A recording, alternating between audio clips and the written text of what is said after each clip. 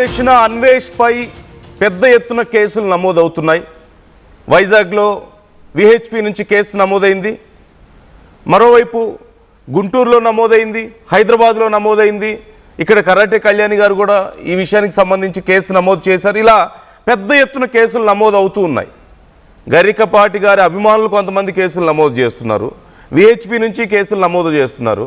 భారతదేశాన్ని నోటుకొచ్చినట్లుగా తూలనాడుతున్నాడు, నోటుకొచ్చినట్లుగా మాట్లాడుతున్నాడు అని కేసులు నమోదవుతున్నటువంటి పరిస్థితి కనిపిస్తోంది.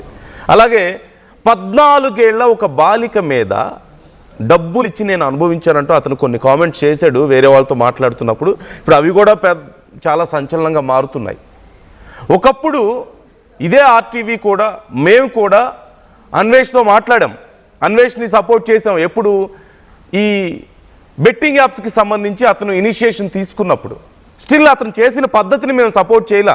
ద వే అతను బెట్టింగ్ యాప్లు ప్రమోట్ చేసిన వాళ్ళని మాట్లాడిన విధానం గురించి కానీ వాటిని ఎప్పుడు మేము సపోర్ట్ చేయలే. బట్ ఆ ఇనిషియేషన్ని మేము కొంత అప్రిషియేట్ చేసాం. కానీ ఇప్పుడు జరుగుతున్నటువంటి పరిణామాలు, మొదటి నుంచి అతని భాష, అతని తీరు ఎప్పుడూ సరిగా లేదు.